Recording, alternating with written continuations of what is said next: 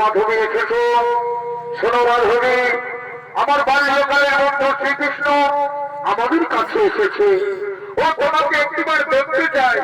তুমি চলো আমার বন্ধু শ্রীকৃষ্ণের কাছে, চলো মাধবী, আমার বন্ধু শ্রীকৃষ্ণের কাছে চলো। পানি ভাইয়া, এই কামাই না, তুই তোর বহু কাকে কাকে ঢুকান দিছিস। শুনে না মারি ভইয়া, ওই কৃষ্ণ জানিস না কত বড় চোর বটে। শোন মাধবী,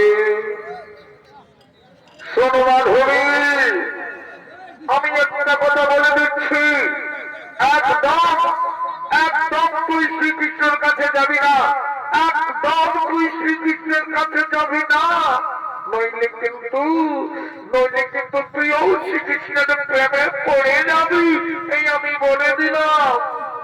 শোনো, শ্রীকৃষ্ণ হলো মস্ত বড় চোর। কি বললো? শ্রীকৃষ্ণ চোর?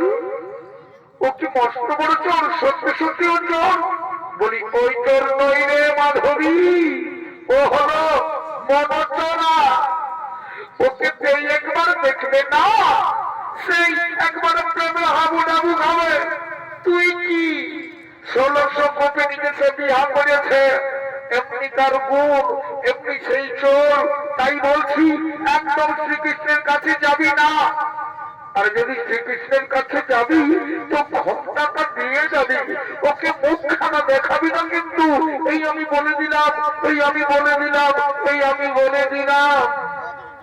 আচ্ছা ঠিক আছে, আমি ঘন্টা নিয়ে শ্রীকৃষ্ণের কাছে যাব।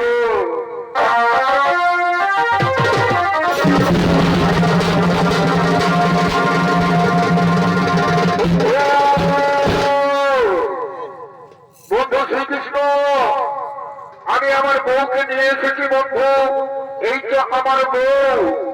ও বাহ, চমৎকার।